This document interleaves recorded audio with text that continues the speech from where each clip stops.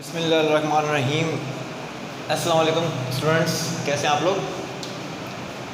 आज हमारा कंप्यूटर का नया टॉपिक, नया चैप्टर स्टार्ट होने जा रहा है। Computer components, chapter number 2 computer components discuss करेंगे आज। इसमें हमने आपको पहले क्लासेस में, पहले लेक्चर्स में मैंने ये आपको बता दिया कि कंप्यूटर्स होता क्या है, कंप्यूटर की कितनी टाइप्स हैं और किस किस तरह से उसके साइज़ में, उसकी स्पीड में, उसकी जनरेशन में कितनी तरह के कंप्यूटर हमारे पास मौजूद हैं, ठीक है। और कितने हमारे पास साइंटिस्ट ने कितने कंप्यूटर इजाद सबसे पहले से लेकर एंड तक ये बात हो चुकी है। कंप्यूटर की डेफिनेशन आपको पता चल गई। अब आते हैं कंप्यूटर के कुछ मेन कंपोनेंट्स पर, ठीक है, कि कंप्यूटर के अंदर कितने कंपोनेंट्स ऐसे होते हैं जिससे कंप्यूटर को रन किया जाता है, ठीक है। अगर वो ना हो तो क्या कंप्यूटर का वजूद ना बन पाए, ठीक है। तो आए देखें कंप्यूटर कंपोनेंट्स में हम सबसे पहले डिस्कस क्या करते हैं, जो कि कंप्यूटर की मेन चीज़ है, ठीक है, जिस पे पूरा कंप्यूटर लाया करता है।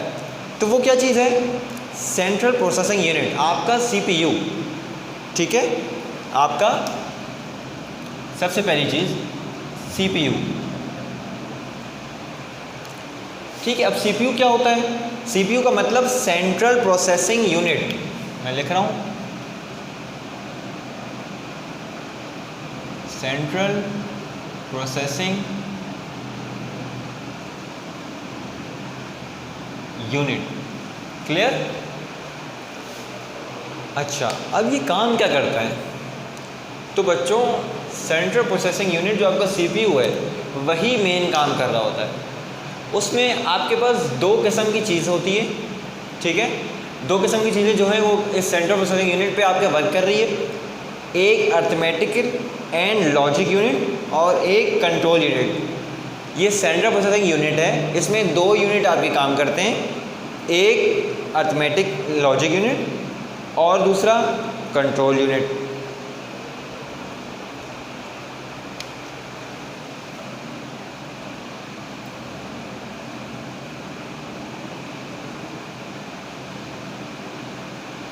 अर्थमेटिक एंड लॉजिक यूनिट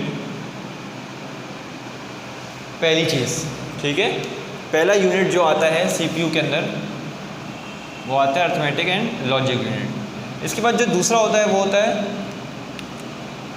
एक आपने पढ़ लिया, अच्छा ये सेंट्रल प्रोसेसिंग यूनिट के अंदर ही आता है, arithmetic logic unit central processing unit के अंदर आएगा, ठीक है। इसके बाद जो दूसरा यूनिट है हमारा, ठीक है, वो भी हमारा सीपीयू के अंदर आएगा। दूसरे का नाम आपको मैंने क्या बताया, कंट्रोल यूनिट, ठीक है। ये सारी चीज़ों को कंट्रोल कर रहा होता है, मैं बताता हूँ आपको।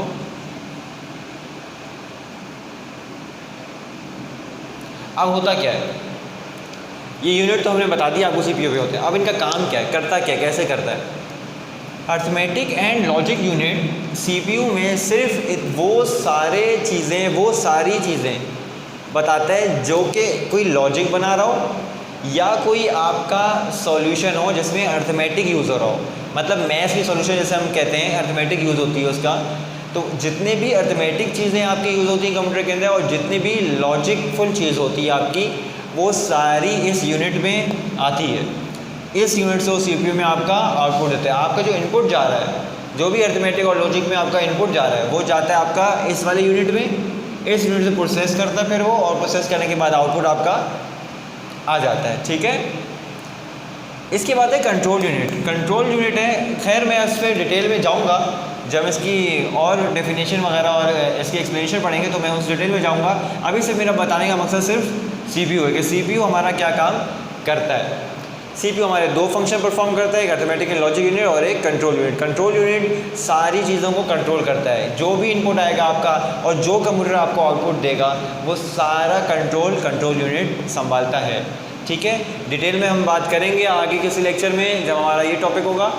अभी आपको सिर्फ बताना है कि सीपीयू हमारा क्या क्या काम कर सकता है। तो सीपीयू मैंने आपको बता दी दो चीज़ें, क्लियर। तो ये हमारा यहाँ पर, इसके बाद हम बात करते हैं बसेस की। बसेस अब क्या होता है, अब ये भी देख लेते हैं।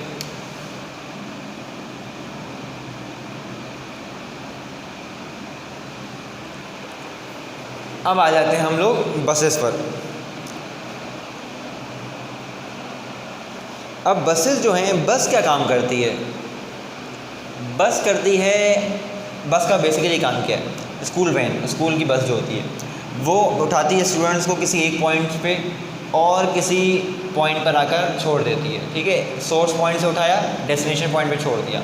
आपके घर से जाएगी, स्टूडेंट को पिक किया, स्टूडेंट को जाके जाएगी स्कूल तक छोड़ देगी। तो स्कूल डेस्टिनेशन है, आपका घर सोर्स हो गया। ठीक है, तो यहाँ से वहाँ तक वो मुंतकिल करेगा क्या? बस। तो बस का बेसिकली काम ये होता है। इसी तरह कंप्यूटर के अंदर भी बसेस का काम यही है। क्या करना? डेटा को ट्रांसमिट करना। डेटा मतलब इंफॉर्मेशन। कोई भी इंफॉर्मेशन अगर कंप्यूटर के पास मौजूद है, कंप्यूटर को हमने इनपुट दिया है या वो आउटपुट हमें देना चाहता है, तो बस का काम क्या है? बस का काम बेसिकली सिंपल सा यही है कि वो एक डेटा को एक जगह से उठाकर दूसरी जगह पर मुंतकिल कर देगा, ट्रांसमिट कर लेगा। ठीक है, ट्रांसमिशन हो जाएगी। तो बसेस का काम आपको समझ में आ गया। अब आप इसका अपने पास कीवर्ड बनाएं। कीवर्ड क्या बनाएंगे? Transmit data. बसेस का काम बताएंगे।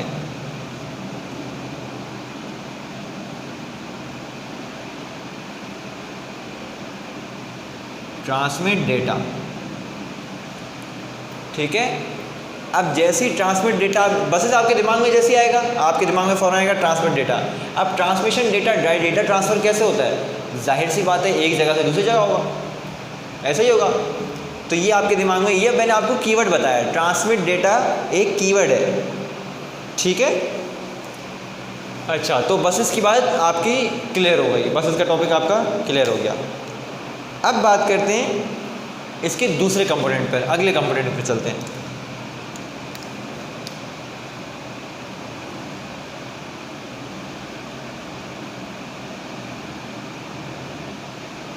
मेमोरी।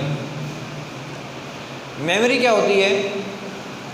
आपके कंप्यूटर के अंदर स्टोर करनी हो कोई चीज़, तो वो स्टोर करने के लिए एक जगह चाहिए होगी। ठीक है, जैसे मैं आपकी बात करूं मैं, तो आप कैसे मेमोराइज़ करते हैं कोई चीज़, याद कैसे करते हैं? क्यों? आपके पास दिमाग है, तो दिमाग में एक जगह है, स्लॉट्स हैं, उस स्लॉट्स में वो चीज़ फिट हो जाती है। ठीक है, और याद कैसे रहेगा? जब कोई जगह ही नहीं होगी तो याद कैसे रहेगा?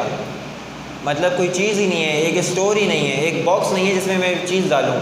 ठीक है, वो स्लॉट ही नहीं है, तो वहाँ चीज़ नहीं डाली जा सकती। तो कंप्यूटर के अंदर ऐसी कोई चीज़ थी नहीं कि जहाँ पर हम अपने डेटा को रख सकें, महफूज कर सकें, स्टोर कर सकें। ऐसी कोई जगह नहीं थी। डेटा ट्रांसमिट तो हो जाएगा, लेकिन हमें ट्रांसमिट नहीं करवाना ना, हमें तो डेटा को सेव करना है ताकि ये हमारे इन फ्यूचर काम आए।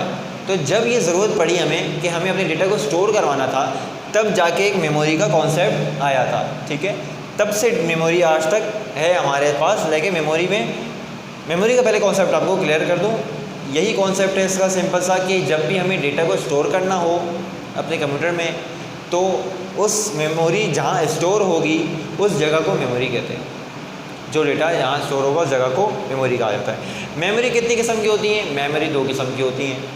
ठीक है, कौन कौन सी होती हैं और दोनों का काम क्या होता है? जब चीज़ ही स्टोर करनी है तो ऐसे कैसे हो सकता है कि 2 अलग चीज़ें हो? तो बच्चे सुन लें, 2 कैटेगरी होती है मेमोरी की, एक प्राइमरी मेमोरी और एक सेकेंडरी मेमोरी।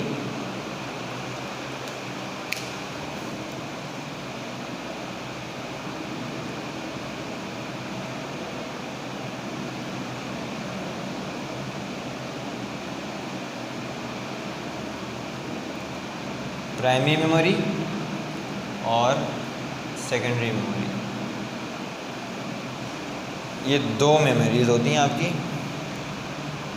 अब आपका सवाल ये कि सर प्राइमरी मेमोरी क्या है और सेकेंडरी मेमोरी क्या है?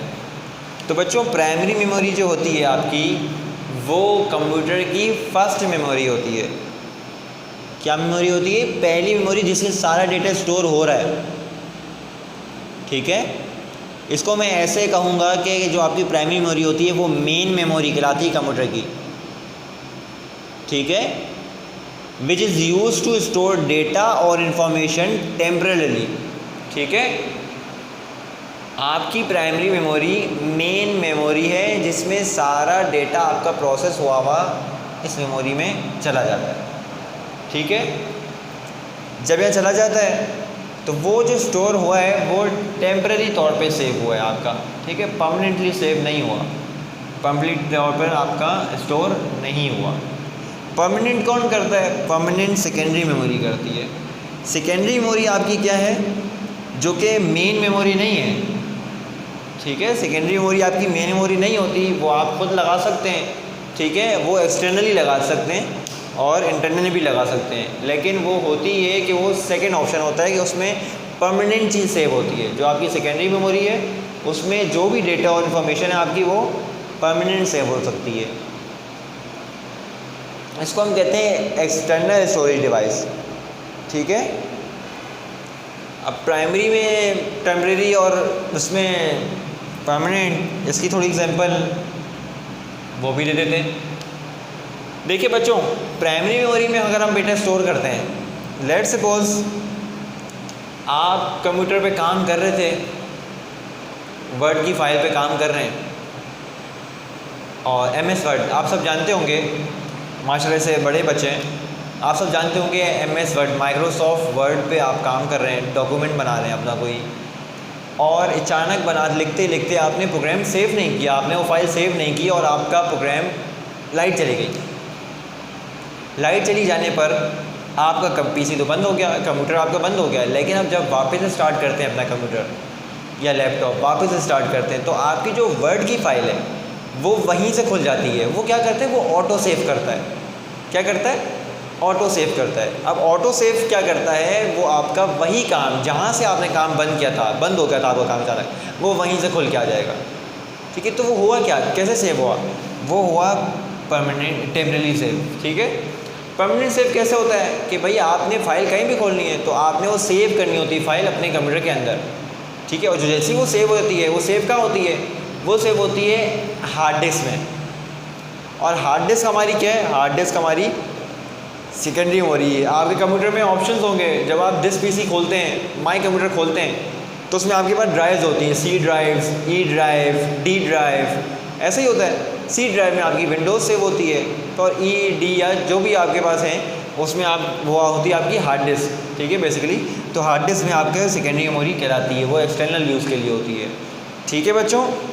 और सेकेंडरी मेमोरी और भी होती हैं, इंशाल्लाह टॉपिक हमारा होगा ये अगले चैप्टर में, तो हम इसको मज़ीद डिटेल में पढ़ेंगे सेकेंडरी मेमोरी और प्राइमरी मेमोरी को। अभी सिर्फ आपको इतना बता के आगे चलूँगा कि सेकेंडरी मेमोरी जो है हमारी USB भी होती है, हमारा मेमोरी कार्ड भी होता है, ठीक है। तो इस तरह की चीज़ें भी हमारी सेकेंडरी मेमोरी होती हैं। और प्राइमरी मेमोरी जो होती है वो इंटरनल मेमोरी होती है, जैसे कि हमारे मोबाइल फ़ोन में होती हैं और कंप्यूटर में होती हैं, लैपटॉप्स में होती हैं। इस तरह से हम इसको यूज़ करते हैं। क्लियर? मेमोरी का टॉपिक आपका अच्छे से क्लियर हो गया, ठीक है। अभी सिर्फ हम सिर्फ कंप्यूटर कंपोनेंट्स के हम सिर्फ इंट्रोडक्शन दे रहा हूँ मैं आपको, ठीक है। आगे नहीं, डिटेल में नहीं जा रहा, सिर्फ इंट्रोडक्शन में बात करेंगे ताकि आपको कुछ बेसिक चीज़ें जो है वो आपके क्लियर हो जाए, ठीक है। काफ़ी बच्चों को नहीं पता होता कि इस तरह की चीज़ें ये क्या हैं, बसेस क्या होती हैं, मेमोरी कितने होती हैं, तो इस तरह का मैं आपको बताते चलूँगा। नेक्स्ट अपने टॉपिक पे आता हूँ, input and output devices.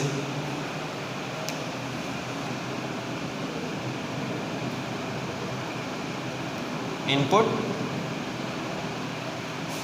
And output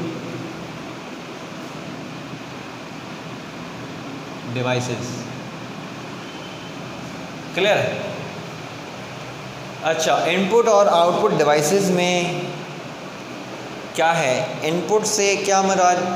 मैंने आपको पहली लेक्चर्स में बताया आपने कि इनपुट क्या होता है, जो यूज़र कंप्यूटर को दे देता है, जो यूज़र कंप्यूटर को देता है, जो भी डेटा है वो, चाहे मेरा नाम क्यों ना हो, मैंने अपना नाम कंप्यूटर को बताया, माय नेम इज़ अली, अब वो इनपुट है कंप्यूटर के लिए, वो इनपुट है। कंप्यूटर को कोई गर्ज नहीं है मैं उसको क्या बोलूँ, क्या बोल रहा हूँ, क्या लिख रहा हूँ, कंप्यूटर को इससे कोई गर्ज नहीं है। कंप्यूटर को ये पता है कि मैंने इनपुट दिया है और अब कंप्यूटर प्रोसेस करेगा। हाँ भाई, दिया क्या इसने? नेम दिया है, मतलब टेक्स्ट है, नंबर है, कोई स्ट्रिंग है, कोई क्या है, डेटा टाइप क्या है इसकी।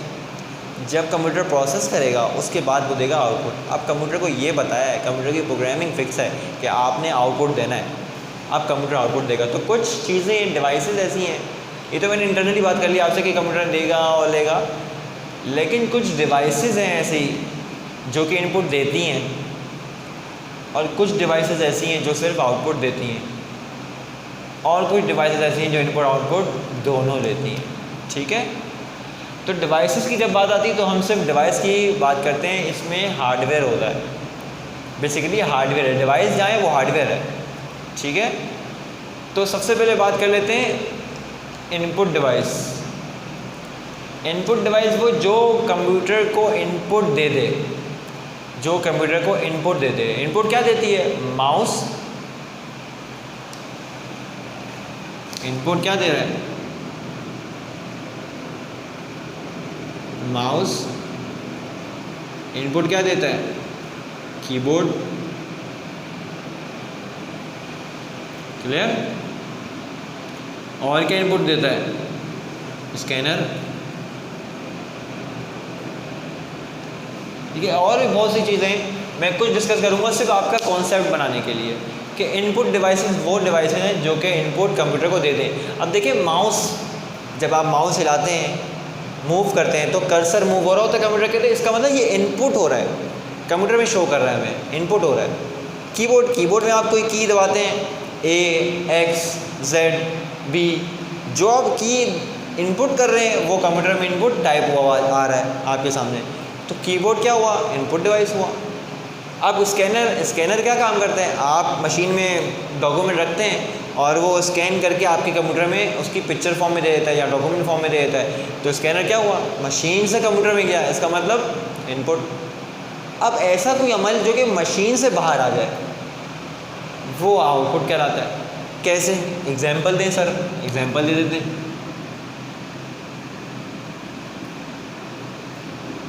Monitor,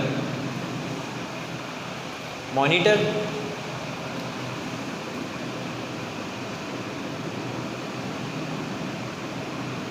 printer, speaker. Monitor basically क्या काम कर रहा है? मॉनिटर आपको शो कर रहा है, स्क्रीन पे आपको आउटपुट दिखा रहा है, मतलब मुझे स्क्रीन पे जो भी कुछ है वो मुझे दिख रहा है, इसका मतलब वो आउटपुट दे रहा है, आ रहा है। Monitor output device. इसके बाद प्रिंटर, प्रिंटर क्या काम कर रहा है? प्रिंट निकाल रहा है।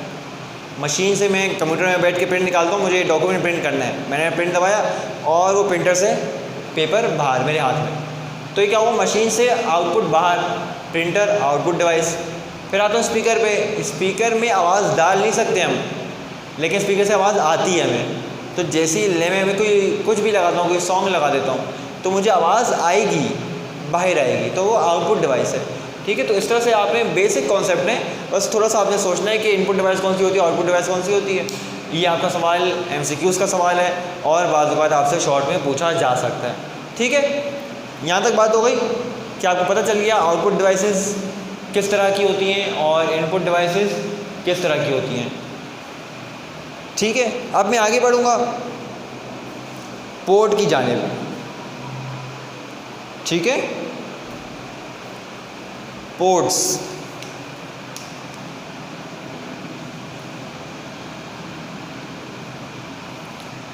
अब ये पोर्ट क्या होती है? आप में से काफ़ी बच्चे ऐसे होंगे जो नाम पहली बार समझे होंगे। ठीक है, पोर्ट्स होती हैं।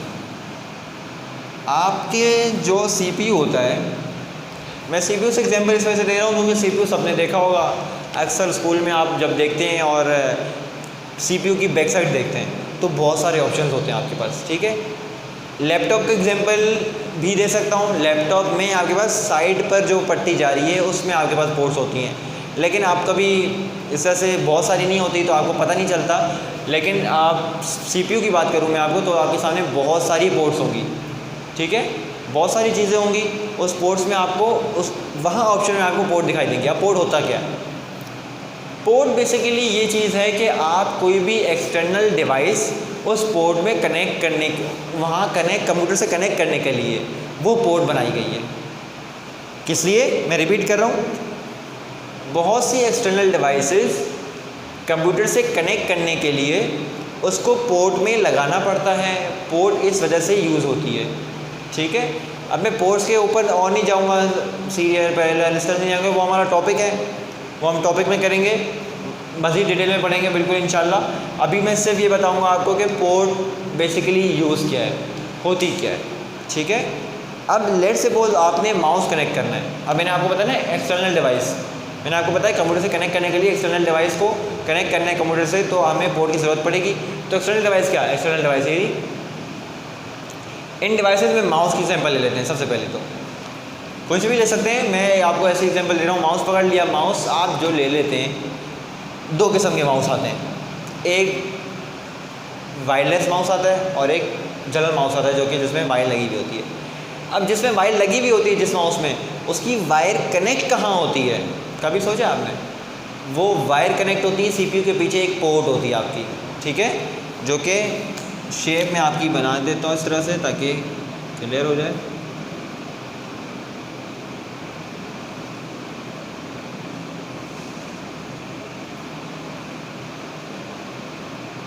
ये जगह फिल होती है, ये पोर्ट बनाई है मैंने, ठीक है, पोर्ट बनाई है, ऊपर फिल होती है, नीचे एक जगह होती है जिसमें वो कनेक्ट कर देती है आपस में। ठीक है, तो हमारा माउस क्या हो गया, उस पोर्ट में चला गया। जैसे ही वो पोर्ट से कनेक्ट करती है चीज़, आपका कनेक्शन कंप्यूटर को मिल जाता है। अब कंप्यूटर को पता चल जाएगा कि इसने माउस कनेक्ट किया है और माउस आप यूज़ कर सकते हैं। क्लियर? इसी तरह कीबोर्ड है, इसी तरह स्कैनर है। अच्छा, वायरलेस की मैं एग्जांपल दे दूँ। वायरलेस माउस का क्या होता है? तो बच्चों, वायरलेस माउस अलग मिलता है आपको और उसके साथ एक यूएसबी मिलेगी। अब यूएसबी भी कनेक्ट करनी पड़ेगी, तो यूएसबी आपको सिग्नल माउस तक देगी और माउस फिर आप यूज़ कर सकते हैं। ठीक है, तो आपका पोर्ट का इस्तेमाल तो होना ही है। ठीक है, मॉनिटर भी ऐसे नहीं चलता, मॉनिटर के भी पीछे आपकी वायर लगी हुई है जो कि वायर आपकी सीपीयू में कनेक्ट होंगी। तो सीपीयू में कैसे कनेक्ट होंगी जब अगर पोर्ट ही नहीं होगा? इसी वजह से पोर्ट होना लाजमन है। अब कुछ बच्चे क्या कहते हैं, बसेस और पोर्ट को मिक्स कर देते हैं कि बस जो है वही पोर्ट है, पोर्ट जो है वो बस है। तो बच्चों, बस अलग चीज़ है, पोर्ट अलग चीज़ है। पोर्ट आपको एक्सटर्नल दिखाई देगी सीपीयू के बैक साइड पे, लेकिन बस जो है वो आपको दिखाई नहीं देगी।